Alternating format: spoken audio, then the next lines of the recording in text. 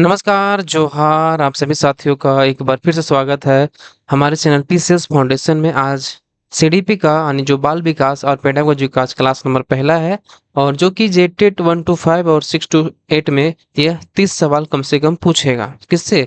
CDP से। तो सोचिए कि कितना महत्वपूर्ण हो जाएगा आपके परीक्षा के दृष्टिकोण से। बस अंत तक बने रहिएगा और चैनल पर नए होंगे ना तो सब्सक्राइब जरूर कर दीजिएगा, आपसे यही रिक्वेस्ट है। और चलिए क्लास को स्टार्ट करते हैं।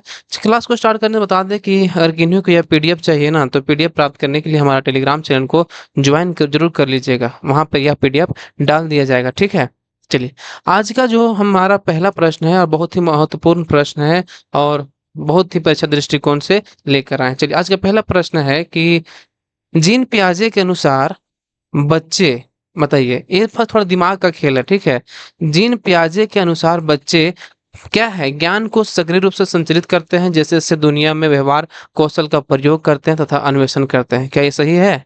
बताइए। पर या दूसरा ऑप्शन पढ़िए कि परिचयनात्मक अधिगम की प्रक्रिया का अनुसरण करते हुए दूसरे का अवलोकन करके सीखते हैं। बिल्कुल, बताइए ये सही है? ये भी नहीं सही है। को उद्दीपन अनुक्रिया संबंधों को सावधानी पूर्ण नियंत्रण द्वारा एक विशेष तरीके से व्यवहार करने के लिए अनुबंधित किया जा सकता है। ये भी नहीं होगा। तो पुरस्कार, बच्चों को पुरस्कार एवं दंड के सिद्धांतों का प्रयोग करते हुए विशिष्ट तरीके से व्यवहार करना एवं सीखना सिखाया जा सकता है। ये नहीं। हमारा जो ऑप्शन पहला देख रहे हैं ये पढ़िए एक बार सेंटेंस को, आपको पता चल जाएगा। जीन पियाजे के अनुसार बच्चे ज्ञान को सक्रिय रूप से संरक्षित करते हैं जिससे से वह दुनिया में व्यवहार कौशल का प्रयोग करते हैं तथा अन्वेषण करते हैं। क्या करते हैं? ये सही आंसर इसका सही हो जाएगा। ठीक है, इसी तरह हमारा जो पहला प्रश्न कंप्लीट हो गया। आज दूसरा प्रश्न देखिए, बहुत ही मजा आएगा पढ़ने में। चालक विकास दर में, बताइए, चालक विकास दर में व्यक्तिगत विविधताएं होती है, फिर भी चालक विकास का क्रम से कब तक होता है? बताइए कब तक चालक विकास दर में व्यक्तिगत विविधताएं होती है। ठीक है, इतना होती है, बस थोड़ा दिमाग लगाना है। किसी भी चालक के विकास क्रम क्या शीर्षगामी, अधोगामी, अधोगामी शीर्षगामी, या अपरिष्कृत स्थूल या चालक विकास, या परिष्कृत सूक्ष्म चालक विकास, परिष्कृत सूक्ष्म चालक विकास, या अपरिष्कृत स्थूल चालक विकास। बस यहाँ बिठा के देखिए क्या बैठ रहा है आपका। ये देखिए ना, विकास क्रम अपरिष्कृत चालक विकास से परिष्कृत सूक्ष्म चालक विकास तक है। चालक विकास दर में व्यक्तिगत विविधताएं, फिर भी चालक विकास का क्रम से अपरिष्कृत स्थूल चालक विकास से परिष्कृत सूक्ष्म चालक विकास तक होता है। ठीक है, ये याद रखिएगा, थोड़ा ध्यान लगाना जरूरत पड़ता है। एक बार ये जो थ्योरी पढ़ाएंगे ना तो आपको उस समय बहुत क्लियर हो जाएगा। चलिए आज का तीसरा प्रश्न है कि वह अवधि जो वयस्कता को संक्रमण की पहल करती है उसे क्या कहते हैं? बताइए, वह अवधि जो वयस्कता के संक्रमण की पहल करती है उसे क्या कहते हैं? बताइए कैसा? क्या आप मतलब आप शिक्षक बनने जा रहे हैं तो उतना पता होना चाहिए कि वयस्कता को क्या मतलब कैसे पहल करती है। तो ये जो है ना भाई साहब, ये जो है कि वो अभी किशोरावस्था में है। कैसा? ये किशोरावस्था को या क्या कहते हैं, उसे क्या कहते हैं? उसे किशोरावस्था कहते हैं। चलिए अगला सवाल देखते हैं। एक बच्चा तर्क प्रस्तुत करता है, इसमें थोड़ा दिमाग का खेल है बस। एक बच्चा तर्क प्रस्तुत करता है कि हिंज को दवाई की चोरी नहीं करनी चाहिए। ठीक है, क्या करना चाहिए? दवाई नहीं चोरी करना चाहिए। वह दवाई जो उसकी पत्नी को जान बचाने के लिए जरूरी है, क्योंकि यदि वह ऐसा करता है तो उसे पकड़ा जाएगा और जेल भेज दिया जाएगा। कोलबर्ग के अनुसार वह बच्चा नैतिक समझ की किस अवस्था के अंतर्गत आता है? देखिए कितना भयानक सवाल है। देखिए इसमें एक बार पढ़ने क्वेश्चन को पढ़िए, एक बार पढ़ लीजिए। हाँ पढ़ लिया ना? बस इन्हें क्या कर रहा है, इसका जो सही आंसर हो जाएगा कोई नैतिक समझ की किस अवस्था में अंतर्गत आता है। कोलबर्ग के अनुसार पूछा है, कोलबर्ग।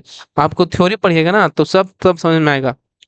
तो कोलबर्ग के अनुसार बोलता है ना कि वे दंड एवं आज्ञा पालन अभिविन्यास, क्या है ये जो है ना, दंड एवं आज्ञा पालन जो है अभिविन्यास, इसका सही उत्तर हो जाएगा। चलिए आगे बढ़ते हैं। मौखिक संवाद जो बच्चे अपने आप से करते हैं, क्या करते हैं? जो मौखिक संवाद जो बच्चे अपने आप से करते हैं उन्हें लेव वाइगोत्स्की क्या कहते हैं? ये भी वैज्ञानिक है। लेव वाइगोत्स्की क्या कहते हैं? देखिए जो बच्चे अपने आप में संवाद करते हैं ना, वो जो लेव वाइगोत्स्की क्या कहते हैं इसको? बताइए ये क्या कहते हैं? ये कहते हैं आपको जे है व्यक्तिगत वार्ता। क्या बोलते हैं? व्यक्तिगत वार्ता बोलते हैं। ठीक है, चलिए आगे बढ़ते हैं। आगे बढ़ते हैं। खिलौने, पहनावे की वस्तुएं, घरेलू सामग्रियां, व्यवसायों और रंगों को विशिष्ट लिंग के साथ संबंधित करना क्या प्रदर्शित करता है? बोला है कि खिलौने, पहनावे की वस्तुएं, घरेलू सामग्रियां, व्यवसायों एवं रंगों को विशिष्ट लिंग के साथ संबंधित करना क्या प्रदर्शित करता है? बताइए क्या प्रदर्शित करेगा? देखिए आप थोड़ा सा दिमाग लगाइए, प्रदर्शित क्या प्रदर्शित करेगा? रंगों एवं विशिष्ट लिंगों के साथ संबंधित करना क्या प्रदर्शित करता है? यह प्रदर्शित जो करता है ना, ये करता है आपका जेंडर रूढ़िवादिता प्रदर्शित करता है। क्या है? जेंडर रूढ़िवादिता प्रदर्शित करता है। हमारे साथ लगातार बने रहिएगा ना, तो बहुत सारे एमसीक्यू प्रैक्टिस सेशन आएंगे और जिसके माध्यम से आपको बहुत कुछ अगर नहीं जानते होंगे ना, तो शुरू में तो दिक्कत लगेगा, लेकिन पढ़ते पढ़ते पढ़ते पढ़ते लाइन अप पे आ जाएंगे। ठीक है, चलिए अगला सवाल। एक प्रारंभिक कक्षा कक्ष में बच्ची अपने साथ जो अनुभव लाती है, एक प्रारंभिक कक्षा कक्ष में एक बच्ची अपने साथ जो अनुभव लाती है, क्या लाती है? क्या लाती है बताइए? ये जो अनुभव लाती है ना भाई, ये लाती है, उन्हें शामिल कर उनका संचय करना चाहिए। क्या करना चाहिए? उन्हें शामिल कर उनका संचय करना चाहिए। क्या करना चाहिए? संचय करना चाहिए। ठीक है, चलिए अगला सवाल। एक शिक्षक को चाहिए कि एक शिक्षक को चाहिए कि क्या चाहिए? अब देखिए चार ऑप्शन दिया हुआ है, पढ़िए। वह विद्यार्थियों के बीच तुलना को अधिकतम करे, वह शीर्ष संस्कृतियों समुदायों के बीच बढ़ावा दे, वह विद्यार्थियों के बीच सांस्कृतिक विभिन्नताओं तथा विविधता की अनदेखी करे, या संप्रेषित करे कि वह कक्षा कक्ष में सभी संस्कृतियों को सम्मान करती है और महत्व देती है। क्या करना चाहिए बताइए? ये जो है ना, इस एक शिक्षक को चाहिए कि वह यह संप्रेषित करे कि वह कक्षा कक्ष में सभी संस्कृतियों का सम्मान करती है एवं महत्व देती है। ठीक है, ये जो है ना ऑप्शन, आप ऑप्शन पढ़िएगा, थोड़ा सा तो आपको मेहनत करना होगा, इसमें थोड़ा सा आपको पढ़ना होगा। ठीक है, आप अगर लगातार बने रहिएगा ना, तो बस मुंह में सब आ जाएगा, मुंह पे अनजमान पे सब आ जाएगा। चलिए अगला सवाल है कि निम्नलिखित संरचनाओं में से शिक्षा का अधिकार अधिनियम 2009 किसकी वकालत करता है? निम्नलिखित में जो है संरचनाओं में से शिक्षा का अधिकार अधिनियम 2009 किसकी वकालत करता है? तो किसकी वकालत करता है? ये समावेशी शिक्षा का वकालत करता है। यानी सस्टेनेबल, यानी सभी को समान शिक्षा, यानी मतलब समावेशी शिक्षा का ये वकालत करता है। ठीक है, अगला सवाल। यह विचारधारा है कि सभी बच्चों को एक नियमित विद्यालय व्यवस्था में समान शिक्षा प्राप्त करने का अधिकार हो। यह विचारधारा है कि सभी बच्चों को एक नियमित विद्यालय व्यवस्था में समान शिक्षा प्राप्त करने का अधिकार हो। कैसा बताइए? कैसा अधिकार हो? ये अधिकार होना चाहिए कैसा?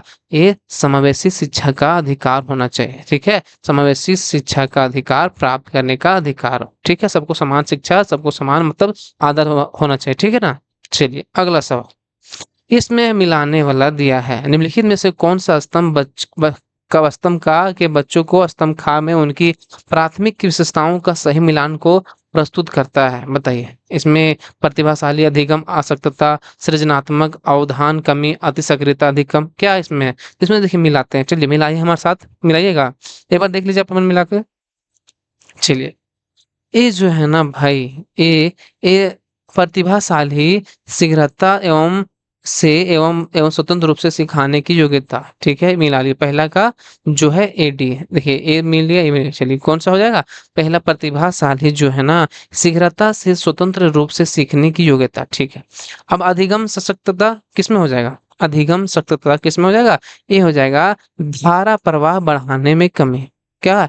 धारा प्रवाह बढ़ाने में कमी। ठीक है ना, चलिए अगला सवाल को लेते हैं।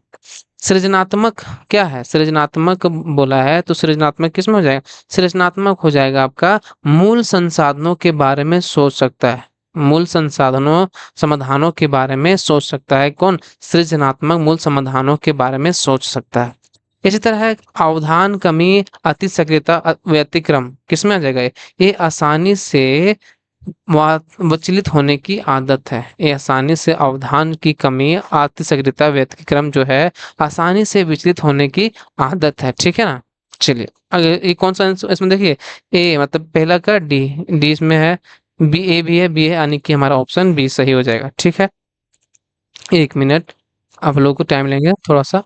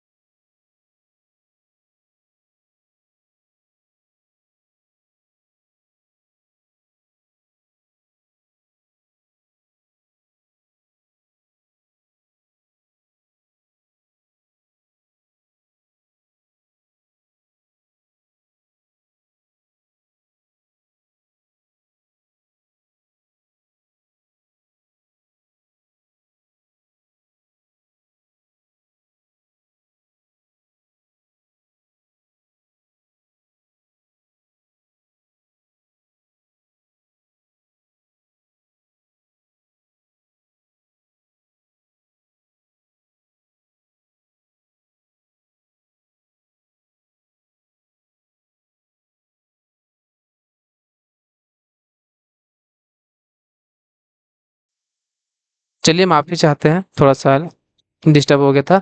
चलिए अगला सवाल है कि बच्चे प्रभावी रूप से सीखते हैं कब? बच्चे प्रभावी रूप से सीखते हैं जब जब उनको क्या किया जाता है? जब उनको वे विभिन्न गतिविधियों एवं कार्यों को सक्रिय रूप से भाग लेते हैं। जब वो क्या करते हैं? वे विभिन्न गतिविधियों एवं कार्यों में सक्रिय रूप से भाग लेते हैं, तो बच्चे जो है प्रभावी रूप से सीखते हैं। ठीक, चलिए अगला सवाल देखते हैं, थोड़ा जल्दी देखेंगे। कक्षा में प्रश्न कक्षा बच्चा को कक्षा में सॉरी हम गलत पढ़ दिए। बच्चों को कक्षा में प्रश्न क्या करना चाहिए? पूछना के लिए प्रेरित करना चाहिए, पूछने के लिए हतोत्साहित करना चाहिए, पूछने की अनुमति नहीं देनी चाहिए या पूछने से रोकना चाहिए? बताइए, कैसे क्या करना चाहिए? तो इसमें ऑप्शन साफ-साफ लिखा पूछने के लिए उन्हें प्रेरित करना चाहिए, ठीक है? बच्चा को प्रश्न पूछने के लिए क्या करना चाहिए? प्रेरित करना चाहिए। अगला सवाल, निम्नलिखित में से कौन-सी एक मुख्य प्रक्रिया नहीं है जिसके द्वारा सार्थक अधिगम घटित होता है? निम्नलिखित में से कौन-सी एक मुख्य प्रक्रिया नहीं है जिसके द्वारा सार्थक अधिगम घटित होता है? बताइए, कौन-सा प्रक्रिया नहीं है? पूछा है। तो कौन-सा हो जाएगा? ये जो है ना भाई साहब, ये कंठस्थीकरण एवं स्मरण जो है ना, ये मुख्य प्रक्रिया नहीं है जिसके द्वारा सार्थक अधिगम घटित हो। लेकिन ये जो है ना पुनरावृत्ति, अभ्यास, निर्देश एवं संचालन, अन्वेषण एवं पारस्परिक क्रिया, ये जो है ना ये है। लेकिन कंठस्थीकरण और संस्मरण जो है ये नहीं है। अगला सवाल, जब शिक्षक को विद्यार्थियों एवं उनकी योग्यताओं के बारे में सकारात्मक विश्वास होता है, तब विद्यार्थी जब शिक्षक को विद्यार्थियों एवं उनकी योग्यता के बारे में सकारात्मक विश्वास होता है, तब विद्यार्थी जो है ना जब विद्यार्थी क्या तब विद्यार्थी सीखने के लिए उत्सुक एवं प्रेरित रहते हैं। क्या रहते हैं? जब विद्यार्थी सीखने के लिए उत्सुक एवं प्रेरित रहते हैं। चलिए अगला सवाल है कि बच्चों की गलतियां हैं क्या प्रदर्शित करती है? क्या करती है? प्रदर्शित करती है बच्चे कितने लापरवाह है, बार बार अभ्यास करने के लिए कहकर तुरंत सुधार देने चाहिए, अधिगम का एक भाग, तब उनके विचारों की एक अंतर्दृष्टि है, शिक्षण अधिगम प्रक्रिया में महत्वहीन है। कौन सा आंसर हो जाएगा? बस पढ़िए सवाल को। तो ये जो है ना साफ-साफ लिखा है, अधिगम का एक भाग है एवं उनके विचारों में एक अंतर्दृष्टि होती है। क्या होती है? विचारों में एक अंतर्दृष्टि होती है। अगला सवाल, मूल्यांकन को क्या है? मूल्यांकन एक अलग गतिविधि के रूप में लेना चाहिए, शिक्षण अधिगम प्रक्रिया का भाग नहीं होना चाहिए, केवल नंबरों के संदर्भ में करना चाहिए या वस्तुनिष्ठ प्रकार के लिखित कार्यों पर आधारित होना चाहिए मूल्यांकन? बताइए मूल्यांकन जो है ना भाई, ये शिक्षण अधिगम प्रक्रिया का एक भाग होना चाहिए। कैसा होना चाहिए? अधिगम प्रक्रिया का एक भाग होना चाहिए। अगला सवाल है कि संरचनात्मक दृष्टिकोण के अनुसार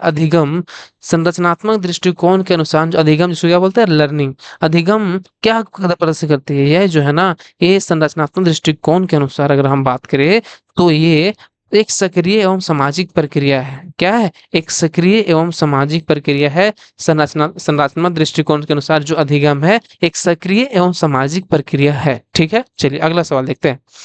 ये इतना सा लंबा जो लिख दिया है, बस ध्यान से पढ़िएगा ना तो सब आंसर ही निकल जाएगा। ठीक है, नीचे लिखी हुई स्थिति किस सिद्धांत को दर्शाती है? नीचे लिखी हुई स्थिति किस सिद्धांत को दर्शाती है? जो विद्यार्थी अच्छा प्रदर्शन नहीं कर पाते हैं, वे महसूस करते हैं कि वे पर्याप्त रूप से अच्छे नहीं हैं और हतोत्साही महसूस करते हैं, तब उनमें बिना प्रयास के कार्यों को आसानी से छोड़ देने की संभावना क्या होता है? संभावना क्या है? एक बार फिर से पढ़िए, ठीक है? नीचे लिखी हुई जो स्थिति है सिद्धांत को दर्शाती है, ठीक है? जो विद्यार्थी अच्छा प्रदर्शन नहीं कर पाते, वे महसूस करते हैं कि पर्याप्त रूप से अच्छे नहीं हैं और हतोत्साहित महसूस करते हैं, तब उनमें बिना प्रयास के कार्य को आसानी से छोड़ देने की संभावना है। इसमें 4 ऑप्शन दिया हुआ है कि संज्ञान एवं संवेग अलग नहीं है, संज्ञान एवं संवेग संबंधित नहीं है, आनुवांशिकता एवं पर्यावरण अलग नहीं है, आनुवांशिकता एवं पर्यावरण संबंधित नहीं है। तो क्या है इसमें? हो जाएगा। इसका जो सही आंसर है ना भाई साहब, इसका जो सही आंसर है कि संज्ञान एवं संवेग अलग नहीं है। संज्ञान एवं संवेग अलग नहीं है। ठीक है, सही आंसर। अगला सवाल है कि एक शिक्षक बच्चों को प्रभावी रूप से समस्या का समाधान करने में सक्षम बनाने के लिए किस तरह से प्रोत्साहित कर सकती है? एक शिक्षक बच्चों को प्रभावी रूप से समस्या का समाधान करने में सक्षम बनने के लिए किस तरह से प्रोत्साहित कर सकती है? तो किस तरह से प्रोत्साहित कर सकती है? वो कर सकती है ना कि बच्चों को समस्या के बारे में सहजनुभूत अनुमान लगाने एवं बहुविकल्पों को देखने के लिए प्रोत्साहित करके। ये क्या कर सकती है? एक शिक्षक जो प्रभावी रूप से समस्या का समाधान करने में सक्षम बनने के लिए किस तरह के प्रोत्साहित कर सकती है? ये जो है ना, ये बच्चों को समस्या के बारे में सहजानुभूत अनुमान लगाने एवं बहुविकल्पों को देखने के लिए प्रोत्साहित करके क्या कर सकते हैं? प्रोत्साहित ये करके। चलिए अगला सवाल को देखते हैं। चलिए अगला सवाल है कि वह विधियां जिनके प्रयोग में विद्यार्थियों की स्वपहल व प्रयास शामिल है, निम्न में से किसका उदाहरण? वह विधियां जिनके प्रयोग में विद्यार्थियों की स्वपहल एवं प्रयास शामिल है, निम्न में से किसका उदाहरण है? तो किसका उदाहरण है ये जो है ना, ये अधिगमकर्ता केंद्रित विधि का यह उदाहरण है। अधिगमकर्ता केंद्रित विधि का यह उदाहरण है। ठीक है, चलिए आगे बढ़ते हैं। बुद्धि के बारे में निम्नलिखित कथनों में कौन सा सही है? बुद्धि के बारे में पूछा है, तो कौन सा सही हो जाएगा? पढ़िए, ऑप्शन पढ़िए एक बार। बुद्धि अभिसारी रूप से सोचने की योग्यता है। बुद्धि अनुभव के परिणाम रूप में व्यवहार के एक अपेक्षाकृत अस्थायी परिवर्तन है। बुद्धि एक आनुवांशिक विशेषक है जिनमें मानसिक गतिविधियों जैसे स्मरण एवं तर्क शामिल होते हैं। बुद्धि बहुआयामी, जिसमें बुद्धि परीक्षणों के द्वारा पूर्ण रूप से परिमेय की जाने वाली कई योग्यताएं शामिल है। तो कौन सा इसमें आपको लग रहा है? ये आप देखिए ना, आप थोड़ा ध्यान से पढ़िएगा तो ये जो है आपका 21 नंबर का जो सही सवाल आंसर है कि बुद्धि एक आनुवांशिक विशेषक है जिसमें मानसिक गतिविधियों जैसे स्मरण एवं तर्क शामिल होती है। शामिल क्या होता है कि बुद्धि एक आनुवांशिक विशेषक है जिसमें मानसिक गतिविधियों जैसे स्मरण एवं तर्क शामिल होती है। ठीक है, चलिए अगला सवाल। निम्नलिखित में कौन प्राथमिक समाजीकरण माध्यम है? निम्नलिखित में कौन प्राथमिक समाजीकरण माध्यम है? तो कौन सा? ये जो है ना, ये परिवार। कौन? ये परिवार जो है प्राथमिक समाजीकरण का माध्यम है, परिवार। अगला सवाल देखते हैं। जीन पियाजे के सिद्धांतों का जीन पियाजे के सिद्धांत का प्रमुख प्रस्ताव है कि क्या बच्चों को जो है ना, बच्चों को क्या होना चाहिए? बच्चों को ये सोच गुणात्मक रूप से वयस्कों से भिन्न होती है। ठीक है, जीन पियाजे के सिद्धांत का प्रमुख प्रस्ताव है कि बच्चों की सोच गुणात्मक रूप से वयस्कों से भिन्न होती है। ऑब्वियसली है कि भिन्न होगा। चलिए अगला सवाल। जेंडर जेंडर जेंडर क्या? जेंडर जो है ना, एक सामाजिक संरचना है। कैसा संरचना है? एक सामाजिक संरचना है। जीडीपी में पढ़िए ना, बहुत मजा आएगा पढ़ने में। जेंडर जो है, लग रहा होगा कि जैविक निर्धारक है, ये मनोवैज्ञानिक सत्ता है, लेकिन क्या? लेकिन जो है जेंडर, यहाँ इसके मायने में देखें, जेंडर एक सामाजिक संरचना है, याद रखिएगा। निम्नलिखित में से कौन विकास के व्यापक आयामों का सही पहचान करता है? बताइए, निम्नलिखित में से कौन विकास के व्यापक आयामों का सही पहचान करता है? बताइए, कौन पहचान करता है?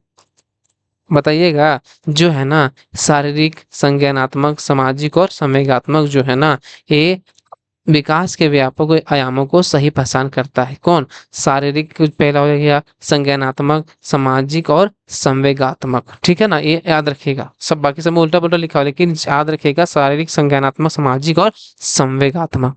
चलिए अगला सवाल। अगला सवाल बोल रहा है कि बच्चे और उनके अधिगम के संदर्भ में निम्नलिखित कथनों में कौन सा कथन सही है? बच्चों और उनके अधिगम के संदर्भ में निम्नलिखित कथनों में से कौन सा सही है? कौन सा सही हो जाएगा? अधिगम के जो पूछा है, चाइल्ड एंड लर्निंग के संदर्भ में निम्नलिखित कथनों में कौन सा सही है? तो कौन सा सही है?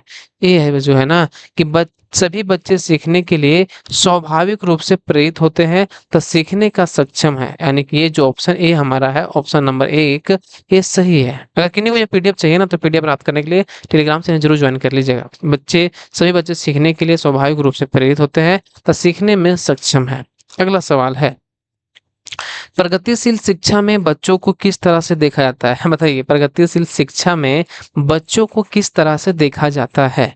तो बताइए आप लोग प्रगतिशील शिक्षा में बच्चों को जो देखा जाता है ना भाई, ये देखा जाता है सक्रिय अन्वेषकों के रूप में। क्या? सक्रिय अन्वेषकों के रूप में इन्हें देखा जाता है, याद रखिएगा। सक्रिय अन्वेषकों के रूप में प्रगतिशील शिक्षा में बच्चों को भी किस तरह से देखा जाता है? ये सक्रिय अन्वेषकों के रूप में देखा जाता है। अगला सवाल है, ले वायोगोट्स्की के अनुसार, ये जो है ना इनके अनुसार पूछा है, अधिगम क्या है? ले वाइगोत्स्की के अनुसार अधिगम क्या है? अधिगम जो है ना, अधिगम ये एक सामाजिक गतिविधि है। पिछले सवाल में देखे थे हम लोग, एक क्या है? एक सामाजिक गतिविधि है अधिगम। किसके अनुसार? ले वाइगोत्स्की के अनुसार। निम्नलिखित में से कौन सा पूर्व क्रियात्मक अवस्था काल के बच्चों को विशेषित करता है? निम्नलिखित में से कौन सा पूर्व क्रियात्मक अवस्था काल के बच्चे को विशेषित करता है? एक बार फिर से पढ़ दे रहे हैं सवाल को। निम्नलिखित में से कौन सा पूर्व क्रियात्मक अवस्था काल के बच्चों को विशेष विशेषित करता है? तो कौन सा हो जाएगा सही आंसर? तो ये जो है ना, विचारों की अनुत्कर्मण्यता जो है ना, विचारों की अनुत्कर्मण्यता जो है ना, ये पूर्व क्रियात्मक अवस्था काल के बच्चों को विशेषित करता है। चलिए, वीडियो कैसा लगा आप लोग जरूर बताएं। जो सवाल जो संख्या है यहीं पे समाप्त हो गई है। अगर वीडियो अच्छा लगेगा ना तो भाई साहब एक बार सब्सक्राइब जरूर कर दिए चैनल को, और लाइक करना ना भूलिए। ठीक है, चलिए मिलते हैं अगले वीडियो में, तब तक के लिए धन्यवाद। चलिए ज्यादा से ज्यादा शेयर कीजिएगा ताकि लगातार आपको लिए क्लास लेकर जरूर आएंगे। चलिए मिलते हैं अगले वीडियो में, तब तक के लिए धन्यवाद।